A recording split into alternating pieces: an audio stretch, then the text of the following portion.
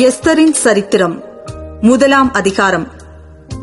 இந்து தேசம் முதல் எத்தியோப்பியா தேசம் வரைக்கும் உள்ள 127 நாடுகளையும் அரசாண்ட அகாஸ்வேருவின் நாட்களிலே சம்பவித்ததாவது: ராஜாவாகிய அகாஸ்வேரு சூசான் அரமனையில் இருக்கிற தன் ராஜ்யத்தின் சிங்காசனத்தின் மேல் வீற்றிருந்தான். அவன் தன் ராஜ்யபாரத்தின் 3ஆம் வருஷத்திலே தன்னுடைய பிரபுக்களுக்கும் ஊழியக்காரருக்கும் விருந்து பண்ணினான். அப்பொழுது பெர்சியா, மேதியா தேசங்களிலுள்ள மகத்தானவர்களும் நாடுகளின் அதிபதிகளும் பிரபுக்களும் அவன் சமூகத்தில் வந்திருந்தார்கள். அவன் தன் ராஜ்யத்தின் மகிமையான ஐஸ்வர்யத்தையும் தன் மகத்துவத்தின் சிறந்த பிரதாபத்தையும் அநேக நாளாகிய 180 நாளளவும் விளங்கச் செய்து கொண்டிருந்தான். அந்த நாட்கள் முடிந்தபோது ராஜா சூசான் அரமனையில் வந்திருந்த பெரியோர் முதல் சிறியோர் மட்டுமுள்ள சமஸ்த ஜனங்களுக்கும் ராஜ அரமனையைச் சேர்ந்த சிங்கார தோட்டத்தில் உள்ள மண்டபத்தில் 7 நாள் விருந்து செய்வித்தான். அங்கே வெண்கல தூண்களின் மேலுள்ள வெள்ளி வளையங்களில் மெல்லிய நூலும் சிவப்பு நூலுமான கயிறுகளால் வெள்ளையும் பச்சையும் இள நீளமுமாகிய தொங்கு திரைகள் விதானித்திருந்தது.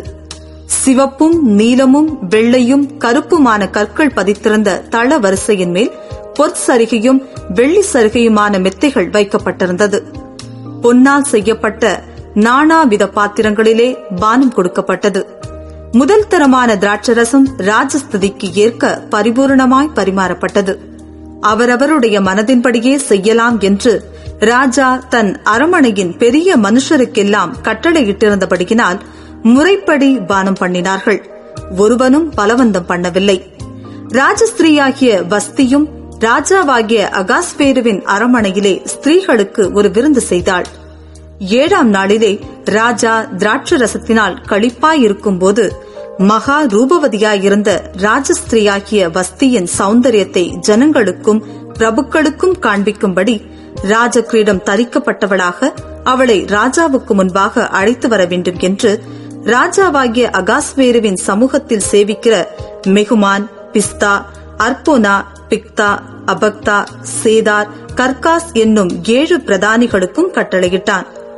ஆனாலும் பிரதானிகள் மூலமாய் ராஜா சொல்லி அனுப்பின கட்டளைக்கு ராஜஸ்திரீயாகிய வஸ்தி வரமாட்டேன் என்றாள். அப்பொழுது ராஜா கடுங்கோபமடைந்து தனக்குள்ளே மூர்க்க வெறி கொண்டான்.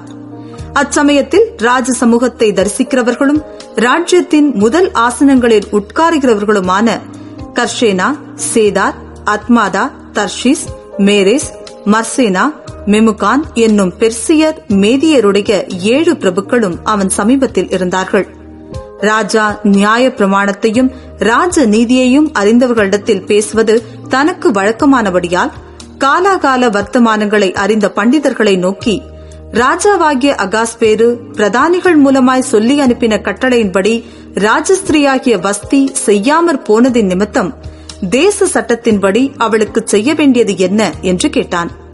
அப்பொழுது மெமுகான் ராஜாவுக்கும் பிரபுக்களுக்கும் முன்னே பிரதியுத்தரமாக, ராஜஸ்திரீயாகிய வஸ்தி ராஜாவுக்கு மாத்திரமல்ல, ராஜாவாகிய அகாஸ்வேருவினுடைய சகல நாடுகளிலும் உள்ள சகல பிரபுக்களுக்கும் சகல ஜனங்களுக்கும் கூட அநியாயம் செய்தாள்.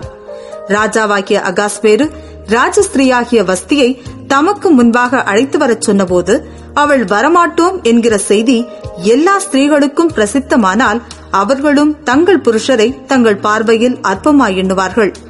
இன்றைய தினமே பெர்சியாவிலும் மேதியாவிலும் உள்ள பிரபுக்களின் ஸ்திரீகள் ராஜஸ்திரீயின் செய்தியை கேட்கும் போது ராஜாவின் பிரபுக்களுக்கெல்லாம் அப்படியே சொல்லுவார்கள். மிகுந்த அசட்டையும் எரிச்சலும் விளையும்.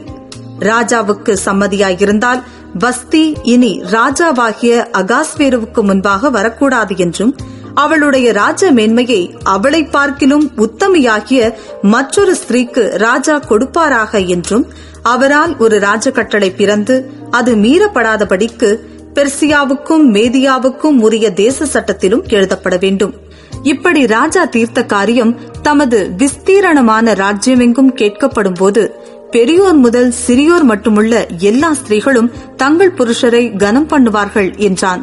இந்த வார்த்தை ராஜாவுக்கும் பிரபுக்களுக்கும் நலமாய் தோன்றினதினால் ராஜா மெமுகானுடைய வார்த்தையின்படியே செய்து, எந்த புருஷனும் தன் வீட்டுக்கு தானே அதிகாரியாய் இருக்க வேண்டும் என்றும், இதை அந்தந்த ஜனங்களுடைய பாஷையிலே பிரசித்தம் பண்ண வேண்டும் என்றும் அந்தந்த நாட்டில் வழங்குகிற அட்சரத்திலும் அந்தந்த ஜாதியார் பேசுகிற பாஷையிலும் ராஜாவின் சகல நாடுகளுக்கும் கட்டளை எழுதி அனுப்பினான்.